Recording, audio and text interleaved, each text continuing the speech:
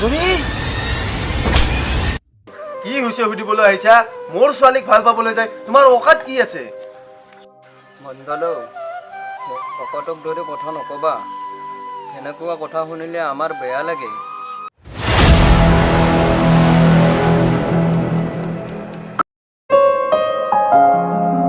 মেখেলা চাদৰ পিন্ধিবাচোন, বহুত ভাল লাগিব তোমাক।